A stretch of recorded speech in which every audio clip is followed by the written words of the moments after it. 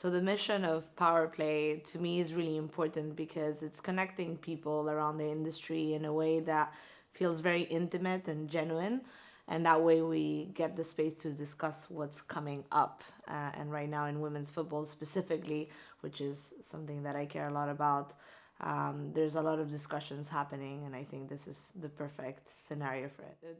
The next innovation topic for 2024, I think, should focus on the female consumer of sports. We don't know enough about it, and we are not speaking about it enough. We consider that all fans are the same, but there's a very new category coming in, which are women that have different consumer behaviors, and I would love to dig deep into that. So I believe that to advance the visibility of women's football, there's a few things that we should be doing right now if we're not. One of them is collecting data and really understanding who are these people that are going to a stadium, who are these people turning on their TVs and consuming this new product. I think that we know a lot about the men's, but not as much about the women.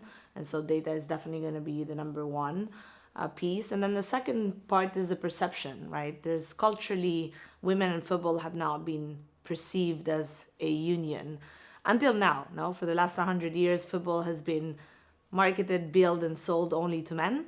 And now we're entering a new era where women are going to become fans as well. And that means that they bring along their kids as well, so the next generation as well as their husbands. And so it's a different product, and we need to make sure that we continue to understand that so we can better service them. At the moment, at least I see in my own opinion, that there's a lot of replicating products and services that have worked in men's football traditionally and just expecting them to work with women. And the reality is that, women don't like beer, they like rosé. So why don't we change those things and take those initiatives to make it a lot more welcoming?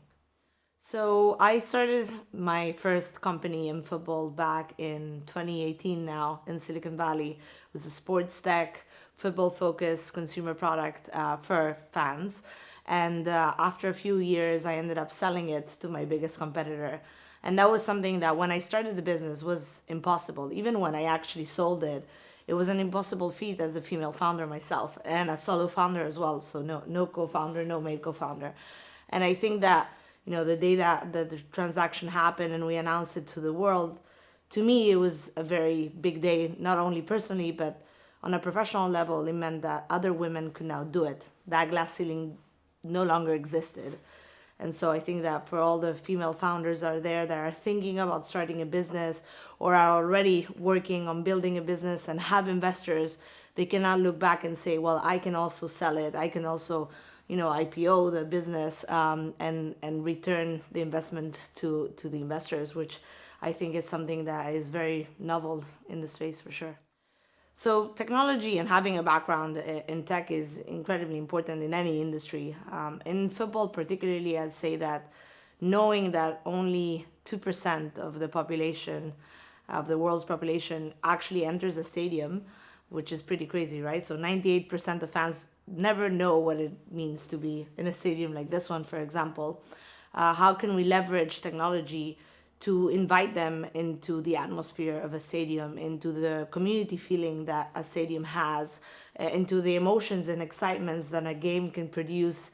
And so I think that, technology is going to be the only vehicle to be able to deliver that. And I hope to continue to do it throughout my whole career to make sure, we bring those two worlds closer. I think that my work as a UN ambassador for gender equality in football, which is a very particular vertical within UN Women, and my professional life as an executive in football are very much intertwined. At the end of the day, the UN picks people like myself that are entrepreneurs, that are founders, that believe in changing the world that we live in. And right now, one of their main missions is gender equality by 2030, which is a very ambitious mission. And I think that, the industry side of things also has the same mission. We're looking to have more women employed at board levels, more women employed at the leadership levels, because that's where the decisions are made and, effectively will change really the outcome of the businesses that we're looking at. And so I see them as two on one, right? It's not really one and the other. So it's exciting and a great opportunity for me as well to be able to do what I love and get paid for it as well.